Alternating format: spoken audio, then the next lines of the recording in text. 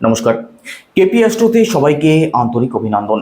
আজ আলোচনা করব সেপ্টেম্বর মাসের শুরু থেকে মিড সেপ্টেম্বর এই সময়টা বৃশ্চিক রাশি অর্থাৎ স্করপিও সাইনের মানুষদের জন্য কেমন থাকতে পারে সেই সম্বন্ধে। এই সময়টার মধ্যে আপনাদের স্বাস্থ্য, আপনাদের পরিবার, আপনাদের ভাগ্য, কর্ম, সন্তান প্রতিটা বিষয়কেই ডিটেলস আলোচনা করব according to house, according to planet. তো সম্পূর্ণ ভিডিওটি অবশ্যই দেখুন আর সাথে বোঝারও চেষ্টা করুন কি ফল আপনাদের প্রাপ্তি হতে পারে এবং কেন প্রাপ্তি হতে পারে। তো চলুন আলোচনা শুরু করা যাক। প্রথমেই স্বাস্থ্য দিয়ে শুরু করব। আপনাদের রাশি লর্ড মঙ্গল গ্রহ কোথায় ট্রানজিট করছেন? একাদশ ভাবে অবস্থান করছেন। তবে কতদিন? 13 তারিখের আগে পর্যন্ত। 13 সেপ্টেম্বরের আগে পর্যন্ত স্বাস্থ্য আপনাদের ভালো থাকবে। স্বাস্থ্য সংক্রান্ত দিক নিয়ে মেজর কোনো ইস্যুর সম্ভাবনা থাকছে না। তবে 13 তারিখের পরবর্তী সময় মঙ্গল প্রবেশ করবেন আপনাদের দ্বাদশ ভাবে, ব্যয়ভাবে প্রবেশ করবেন। দ্বাদশ ভাবে মঙ্গলের অবস্থান কিন্তু কোনোভাবেই ভালো থাকবে না 13 তারিখের পরবর্তী সময়ে। 13 তারিখের পরবর্তী সময়ে স্বাস্থ্য সংক্রান্ত দিক নিয়ে খরচ আপনাদের বাড়তে পারে। স্বাস্থ্য সংক্রান্ত যে কোনো দিক থেকে ভোগান্তির পূর্ণ সম্ভাবনা রয়েছে। তবে সম্পূর্ণ সেপ্টেম্বর মাসেই আপনাদের 4th হাউসে যেহেতু রাহু অবস্থান করছেন, বুকের দিক থেকে কোনো সমস্যা অথবা কাফ কোল্ডের সমস্যা হতে পারে। তো এদিক থেকে একটু সিরিয়াস থাকুন। সেকেন্ড হাউসের কথা যদি বলা হয় সেক্ষেত্রে সেকেন্ড হাউস থেকে আমাদের পরিবারকে বিচার করা হয়, আমাদের সেভিংস, আমাদের ব্যাংক ব্যালেন্স, আমাদের ফিনান্স এই সংক্রান্ত দিককে বিচার করা হয়, আমাদের কথা বলা, খাওয়া দাওয়া সমস্ত কিছুকেই সেকেন্ড হাউস থেকে বিচার করা হয়। সেকেন্ড হাউসের লর্ডকে দেবগুরু বৃহস্পতি কোথায় অবস্থান করছেন? আপনাদের অষ্টম ভাবে। অষ্টম ভাবে রাহুর পঞ্চম দৃষ্টিও পড়ছে। তো পারিবারিক দিক থেকে তো সিরিয়াস থাকতেই হবে। পরিবারে কিন্তু ছোটখাটো বিষয় নিয়ে প্রবলেম তৈরি হতে পারে। পরিবারের মানুষদের মধ্যে বিরূপ মানসিকতা লক্ষ্য করতে পারেন।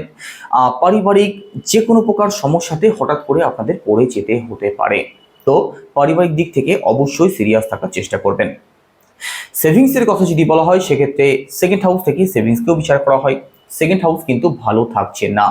তো সেভিংস করতে আপনাদের প্রবলেম হতে পারে। অর্থনৈতিক দুশ্চিন্তা আপনাদের মধ্যে কম বেশি অবশ্যই থাকবে। তো এখানে দেবগুরু যতদিন আপনাদের অষ্টম ভাবে অবস্থান করছেন ততদিন কিন্তু এই প্রেশারটা কম বেশি অবশ্যই থাকবে। থার্ড হাউসের কথা যদি বলা হয় সেক্ষেত্রে থার্ড হাউসের লর্ডকে কর্মফলদাতা শনিদেব কোথায় অবস্থান করছেন? পঞ্চম ভাবে রেট্রোগেট অবস্থাতে বসে আছেন। দেখুন, আপনাদের মধ্যে লেজিনেস কিন্তু কম বেশি থাকবে। পরিশ্রম করার মানসিকতা আপনাদের মধ্যে একটু কম লক্ষ্য করা যাবে। শর্ট ট্রাভেল আপনাদের হতে পারে, অকারণ ছুটোছুটি আপনাদের হতে পারে। আপনাদের মধ্যে যে কোনো বিষয়ে সাহস, আত্মবিশ্বাসের অভাব দেখা দেবে। আপনার ছোট ভাই বোন, কাছের আত্মীয় স্বজন, পাড়া প্রতিবেশী এদের সাথে সম্পর্ক তো ভালো থাকবে। তবে ছোটখাটো বিষয় নিয়ে কিন্তু মনোমালিন্যের মতো পরিস্থিতি তৈরি হতে পারে। একটু সিরিয়াস থাকবেন। প্রপার্টির কথা যদি বলা হয় সেক্ষেত্রে 4th হাউস থেকে প্রপার্টিকে বিচার করা হয়। আপনাদের 4th হাউসের লর্ড শনিদেব পঞ্চম ভাবে রেট্রোগেট অবস্থাতে বসে আছেন আর 4th হাউসে রাহু বসে আছেন। দেখুন, রাহু একটি শ্যাডো প্ল্যানেট, সৌরজগতে যার কোনো অস্তিত্ব নেই। তবে জ্যোতিষশাস্ত্রে এর ভূমিকা কিন্তু অপরিসীম। রাহু যেহেতু 4th হাউসে অবস্থান করছেন, প্রথমত প্রপার্টি সংক্রান্ত যে কোনো সিদ্ধান্ত ভালো করে ভাবনা চিন্তা করে তবেই নেওয়ার চেষ্টা করবেন। না হলে কিন্তু পরবর্তীতে আপনি প্রবলেমে পড়ে যাবেন। আপনি গাড়ি, ফ্ল্যাট অথবা বাড়ি সংক্রান্ত কোনো ডিল যদি ফাইনাল করতে চান সেটা লিখিত আকারে করার চেষ্টা করবেন। একই সাথে 4th হাউস থেকে আমাদের মাকে বিচার করা হয়। মায়ের মধ্যে কিন্তু নেগেটিভ চিন্তা ভাবনা আপনি অবশ্যই লক্ষ্য করতে পারবেন। যে কোনো বিষয় নিয়ে আপনার মায়ের মধ্যে ওভার থিঙ্কিং থাকতে পারে, আপনার মায়ের মধ্যে আনস্যাটিসফ্যাকশন থাকতে পারে। যে কোনো বিষয় নিয়ে আপনার মায়ের মধ্যে হেডেক আপনি অবশ্যই লক্ষ্য করবেন। ভাবনা চিন্তাতে একটু পরিবর্তন আপনি লক্ষ্য করবেন। কারণ 4th হাউসে রাহু অবস্থান করছেন, মাতৃস্থানে যেহেতু রাহু অবস্থান করছেন আপনার মাকে কিন্তু ভ্রমের মধ্যে ফেলতে পারে। এডুকেশনের কথা যদি বলা হয় সেক্ষেত্রে পড়াশোনার দিক থেকেও কিন্তু সিরিয়াস অবশ্যই থাকতে হবে। পড়াশোনার জায়গাটা বিশেষ কিছু ভালো থাকবে সেটা কিন্তু বলা যাচ্ছে না। এখানে বৃশ্চিক রাশির বিদ্যার্থী যারা আছেন 4th হাউসে রাহু অবস্থান করছেন, 5th হাউসের লর্ড অষ্টম ভাবে অবস্থান করছেন আর 5th হাউসে শনিদেব রেট্রোগেট অবস্থাতে বসে আছেন। পড়াশোনার দিক থেকে কিন্তু মন ডাইভার্ট হবে। পড়াশোনার দিক থেকে অন্য যে কোনো দিকে ইন্টারেস্ট কিন্তু আপনাদের বাড়তে পারে। Online social media, online game এই সংক্রান্ত দিকে আকর্ষণ আপনাদের বাড়তে পারে। তো পড়াশোনার প্রতি সিরিয়াস অবশ্যই থাকুন। বিশেষ করে কোনো এক্সাম যদি থাকে, কোনো কম্পিটিশন যদি থাকে, সিরিয়াস কিন্তু হতেই হবে, না হলে প্রবলেমে পড়ে যাবেন। একই সাথে দেখুন, এখানে রিলেশনের কথা যদি বলা হয় তো 5th হাউস থেকে রিলেশনকে বিচার করা হয়। ফিফথ হাউসের লর্ডকে দেবগুরু বৃহস্পতি অষ্টম ভাবে, ফিফথ হাউসে শনিদেব রেট্রোগেট অবস্থাতে বসে আছেন। তো রিলেশনের জায়গাটাও কিন্তু আপনাদের বিশেষ কিছু ভালো লক্ষ্য করা যাচ্ছে না। এখানে পঞ্চম ভাবে শনিদেব যেহেতু রেট্রোগেট অবস্থাতে আছেন, আপনার যিনি ভালোবাসার মানুষটি আছেন তার মধ্যে খিটখিটে স্বভাব, একটু নিজের মতো করে চলা অথবা তার কথা শুনে চলুন, এই নিট তার মধ্যে আপনি লক্ষ্য করতে পারেন। কথায় কথায় আপনার ভুল সে ধরতে পারে, এই দিক থেকে সিরিয়াস থাকার চেষ্টা করবেন। একই সাথে দেখুন পঞ্চম ভাব থেকে আমাদের সন্তানকেও বিচার করা হয়। সন্তান পক্ষ আপনাদের মোটের উপরে ভালো থাকবে, তবে সন্তানের দিক থেকেও কিন্তু প্রবলেম রয়েছে। সন্তানকে নিয়ে আপনাদের মধ্যে প্রবলেম থাকতে পারে, আপনাদের মধ্যে ওভার থিঙ্কিং থাকতে পারে। আপনার সন্তানের সাকসেস প্রাপ্তিতে বর্তমান সময়টা কিন্তু বিশেষ ভালো থাকবে না, কারণ পঞ্চম ভাবের লর্ড অষ্টম ভাবে অবস্থান করছেন। আর রাশিচক্রের সব থেকে খারাপ ঘর মনে করা হয় অষ্টম ভাবকে। ফ্যামিলি প্ল্যানিং যারা করতে চাইছেন এই সময়টা আপনাদের জন্য বিশেষ কিছু অনুকূল থাকবে না, তবে কি উপায় অবলম্বন করবেন আমি ভিডিওর একদম শেষে সেটা নিয়ে আলোচনা করব। একই সাথে দেখুন দাম্পত্য জীবনের কথা যদি বলা হয়, সেক্ষেত্রে সপ্তম ভাব থেকে দাম্পত্য জীবনকে বিচার করা হয়। আপনাদের সপ্তম ভাবের লর্ডকে শুক্র গ্রহ, আর শুক্র কোথায় অবস্থান করছেন? শুক্র আপনাদের নবম ভাবে অর্থাৎ ভাগ্যস্থানে অবস্থান করছেন। তো 15 সেপ্টেম্বরের মধ্যবর্তী সময়ের মধ্যে দাম্পত্য জীবনের দিক থেকে ভাগ্যের সাপোর্ট আপনি অবশ্যই পাবেন।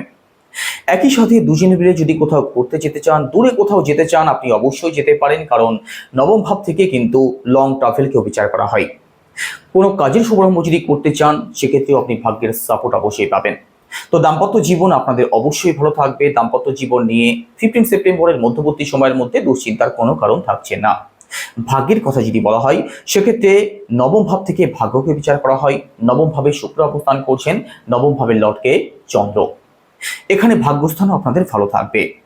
সম্পূর্ণ সেপ্টেম্বর মাস নয়, 15 সেপ্টেম্বরের মধ্যবর্তী সময়ের মধ্যে ভাগ্যের সাপোর্ট আপনি পাবেন। যেদিকেই যাবেন, যে কাজই করবেন, ভাগ্যস্থান আপনাদের অবশ্যই ভালো থাকবে। তো 15 সেপ্টেম্বরের মধ্যবর্তী সময়ের মধ্যে কোনো শুভ অনুষ্ঠান, কোনো মাঙ্গলিক অনুষ্ঠান, কোনো মাঙ্গলিক ক্রিয়াকলাপ যদি করতে চান, তার জন্য ভালো সময় থাকছে। এই সময়ের মধ্যে বড় কোনো ইনভেস্টমেন্ট যদি করতে চান, বড় কোনো ডিল যদি ফাইনাল করতে চান, অবশ্যই করতে পারেন। একই সাথে শেয়ার মার্কেট, স্টক মার্কেটের জায়গাটাও আপনাদের জন্য ভালো থাকবে। একই সাথে ভালো থাকবে আপনাদের পিতৃপক্ষ, আপনাদের উচ্চশিক্ষার জায়গা। একই সাথে আপনি যদি লং ট্রাভেলে যেতে চান, কোনো স্পিরিচুয়াল ট্রাভেলে যেতে চান, 15 সেপ্টেম্বরের মধ্যবর্তী সময়টা আপনাদের জন্য অবশ্যই ভালো থাকবে, সাপোর্ট অবশ্যই পাবেন। কেরিয়ারের কথা যদি বলা হয়, সেক্ষেত্রে দশম ভাব থেকে কেরিয়ারকে বিচার করা হয়। দশম ভাবের লর্ড রবি দশম ভাবে অবস্থান করছেন। তো এখানে কর্মজীবন আপনাদের বিশেষ ভালো থাকবে। আপনাদের দশম ভাবে এখানে বুধাদিত্য রাজযোগ তৈরি হচ্ছে। তো কর্মজীবন নিয়ে দুশ্চিন্তার কোনো কারণ নেই। বিশেষ করে যারা চাকরির চেষ্টা করছেন, আপনাদের জন্য কিন্তু অতি উত্তম সময় থাকবে। সরকারি চাকরি প্রাপ্তির জন্য এই সময়টা বিশেষ ভালো থাকবে। তো এই সময়ের মধ্যে কোনো এক্সাম যদি থাকে, কোনো ইন্টারভিউ যদি থাকে, অথবা কোনো সিলেকশন প্রসেস যদি থাকে, আপনি সফলতা অবশ্যই অর্জন করতে পারবেন। একই সাথে দেখুন ব্যবসার কথা যদি বলা হয়, ব্যবসাও আপনাদের ভালো চলবে। ব্যবসা নিয়ে দুশ্চিন্তার কোনো কারণ থাকছে না 15 সেপ্টেম্বরের মধ্যবর্তী সময়ের মধ্যে। তো এখানে দেবগুরু বৃহস্পতির অবস্থান যেহেতু ভালো থাকছে না, গুরুর বীজ মন্ত্র অবশ্যই জপ করতে হবে। সেটা কি? ওম গ্রাম গ্রীম গ্রমশা গুরুবে নমঃ, রোজ 108 বার। কেমন লাগলো আলোচনা অবশ্যই কমেন্টে জানাবেন। সবাই ভালো থাকুন, সুস্থ থাকুন। নমস্কার।